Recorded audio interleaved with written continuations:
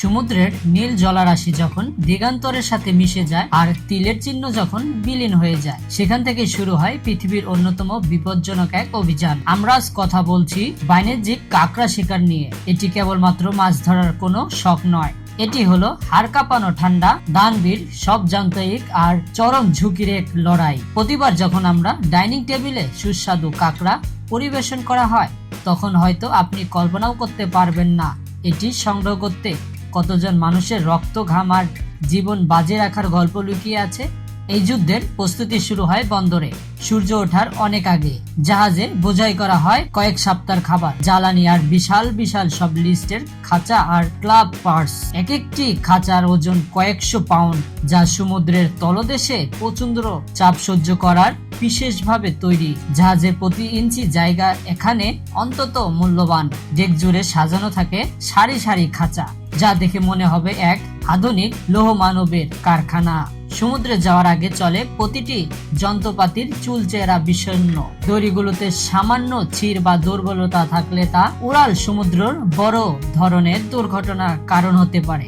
Hydraulic ইঞ্চন বা ভারী দড়ি টানা মেশিনগুলো বারবার পরীক্ষা করা হয়, কারণ গভীর সমুদ্রে ভুল করা কোনো সুযোগই নেই। প্রকৃতি এখানে অন্তত নিষ্ঠুর, আর একটি ছোট ভুল মানেই নিশ্চিত মৃত্যু। কাঁকড়াদের প্রবুল করার জন্য ব্যবহার করা হয় বিশেষ ধরনের টোপ। সাধারণত প্রচুর পরিমাণে মাছ কেটে ছোট ছোট কন্টেনারে ভরে খাঁচার ভেতর দেওয়া হয়। কাঁকড়ারা সমুদ্র অন্ধকার তলদেশে ঘ্রাণ শক্তির উপর নির্ভর করে চলাফেরা করে। যখন জাহাজ নির্দিষ্ট গন্তব্য পৌঁছায়, তখন শুরু হয় খাঁচাগুলো পানিতে ফেলার কাজ। শত শত ফুট নিচে অন্ধকারে ডুবে যায় খাঁচাগুলো, আর ওপরে ভাসমান বয়া দিয়ে চিহ্নিত করা হয়। কয়েক ঘন্টা বা কয়েকদিন অপেক্ষার পর শুরু হয় খাঁচা তোলার কাজ। উড়াল ঢেউয়ের মাঝে ক্রেন দিয়ে যখন খাঁচাগুলোর ওপর তোলা হয়, তখন বাতাসে ঝাপটা আর বরফ জমা পানি পরিস্থিতিকে আরো কঠিন করে ফেলে। খাঁচার ভেতরে কিলবিল করতে থাকে জীবন্ত এবং আক্রমণাত্মক সব কাঁকড়া। তাদের শক্তিশালী দাঁড়া থেকে বাঁচার জন্য শিকারীদের পরতে হয় মোটা রাবারের গ্লোভস এবং ওয়াটারপ্রুফ পোশাক।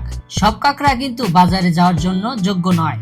এখানে কঠোর নিয়ম মেনে চলা হয়। মেটাল গেজ দিয়ে প্রতিটি কাঁকড়া মাপা হয়। নির্দিষ্ট আকারের চেয়ে ছোট কাঁকড়া এবং ডিমওয়ালা স্ত্রী কাঁকড়াদের সঙ্গে সঙ্গে জীবন্ত অবস্থায় সমুদ্রে ফেরত পাঠানো হয়। এটি করা হয় যাতে ভবিষ্যতে কাঁকড়া বংশবৃদ্ধি ব্যবহৃত না হয়। এই নিয়মগুলো ভাঙলে গুনতে হয় মোটা অঙ্কের জরিমানা, এমনকি বাতিল হতে পারে লাইসেন্সও। ডেকের নিচে জাহাজটি যেন একটি আধুনিক ভাসমান কারখানা।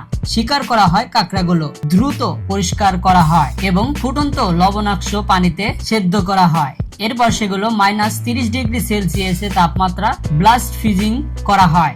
এই প্রক্রিয়াটি কাঁকড়ার সতেজতা আর স্বাদ আটকিয়ে রাখে। কয়েক সপ্তাহ পর যখন জাহাজটি বন্দরে ফেলে, তখন এই হিয়ামজিত কার্গোগুলো বিশ্বের বিভিন্ন প্রান্তরে ডিস্ট্রিবিউশন সেন্টারে পাঠিয়ে দেওয়া হয়। বাণিজ্যিক কাঁকড়া শিকার কোনো রোমান্টিক পেশা নয়, এটি হলো ক্লান্তিহীন পরিশ্রম, অনিদ্রা আর প্রকৃতির সাথে পাঞ্জা লড়া এক জীবন। পরের বার যখন আপনি এই সুস্বাদু কাঁকড়া খাবেন, তখন সেই সাহসী মানুষের কথা একবার ভাববেন, যারা উড়াল সমুদ্রের মাঝে আপনার এই সুস্বাদু খাবারটি বইয়ে নিয়ে এসেছে।